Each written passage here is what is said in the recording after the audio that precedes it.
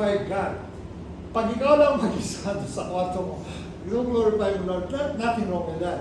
But, one or two gather together, I am in the midst of them.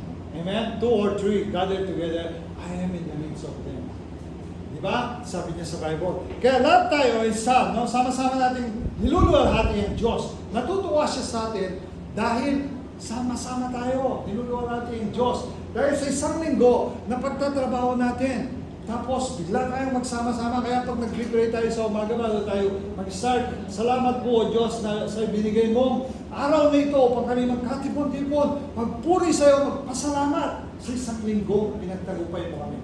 Amen?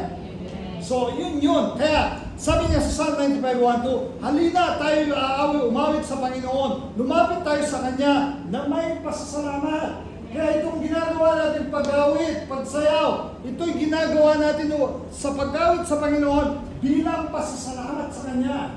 Kaya hindi lang basta-basta umawit tayo. Yun ay may ibig sabihin, Psalm 95:1-2, upang pasalamatan natin siya sa Kanyang kabutihan. Amen? So after this, pag pinasalamatan natin, so after this, another day na naman, bukas magtrabaho na naman tayo. Bago ang kalakasan na ibinigay niyo sa atin dahil galing tayo sa church na naman, makakapagtago pa yan. Pero kung naglibot ka lang sa mga malls, kinabukasan Monday, latang-lata ka.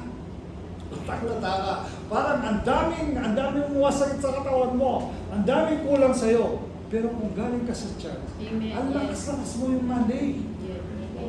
Lakas-lakas mo yung Monday. Dahil galing ka, binigyan ka na naman ng bagong kalakasan ni Lord. Kaya, ang corporate worship ay special dahil sama-sama nating ipinapahayag ang kadakilaan ng Diyos. This is what we call corporate worship. Nagkakaisa tayo sa pagsama sa Kanya at paglilingkod sa Kanya. Amen? So, kaya, the summary, oo tayo ang church. Ngunit ang church ay hindi lamang kung sino tayo. Hindi lamang kung sino tayo ang church. Ito rin ay ang ating pagtitipon bilang pamilya ng Diyos.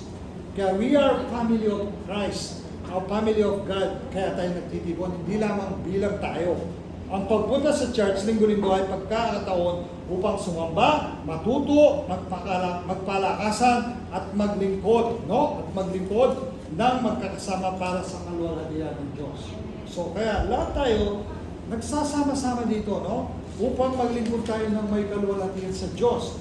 Kaya ang lahat ng sinishare natin dito upang tayo magkaroon ng kalakasan, matuto tayo at maglingkod sa Kanya. Kasi kung tayo wala dito, wala sa Kanyang church, ang lahat ng ito, we are not included in the family of God. Kaya nga nandito tayo because we are one part, no? Sabi niya sa 1 Corinthians, no? Party tayo ng Diyos. Amen? So kaya kayagan po ninyo ang ating mga kapatid na nasa labas at yung hindi na nagatin para